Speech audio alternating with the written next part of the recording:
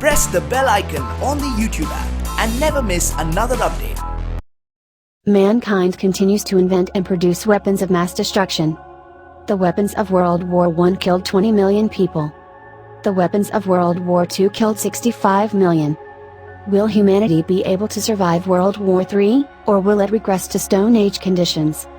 We experienced 2 world wars in the 20th century, and World War III looms in the 21st century. The next war will be catastrophic. The great scientist Albert Einstein once said, "I do not know with what kind of weapons World War III will be led, but the Fourth World War will be fought with sticks and stones." The nuclear age began during World War II. On August 6 and August 9 in 1945, the United States dropped the first ever atomic bombs on the cities of Hiroshima and Nagasaki in Japan.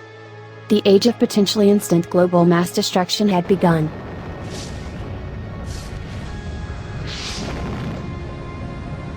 Life after a nuclear war. Earth would suffer a 20-year-long winter and worldwide famine. The result would be the death of hundreds of millions or billions. Worldwide famine, deadly frosts, global ozone losses of up to 70%, and more would greet any inhabitants of the planet still remaining after a nuclear conflict.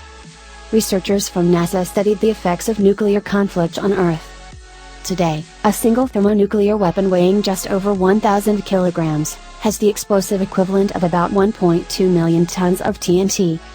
If global war were to erupt today, it would be the first time in history where virtually all major combatants had this sort of destructive capability. The immediate result of 100 nuclear weapons roughly the size of those dropped on Hiroshima and Nagasaki, being detonated would be the release of 5 megatons of black carbon into the atmosphere.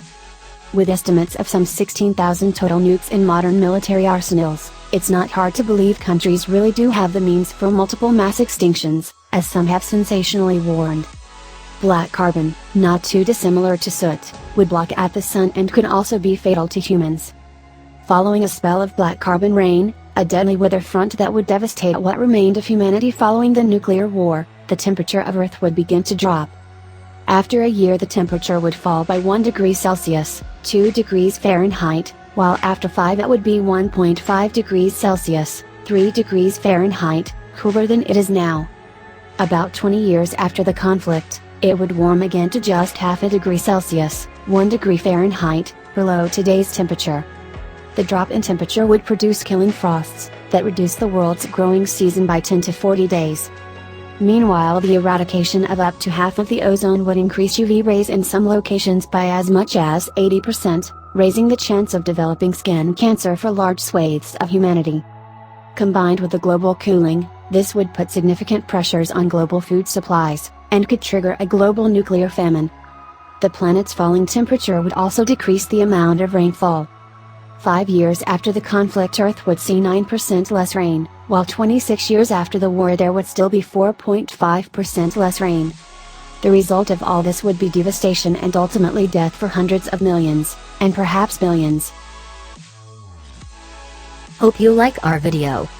Hit the like button. More updates are coming. So, please subscribe us. Thanks for watching.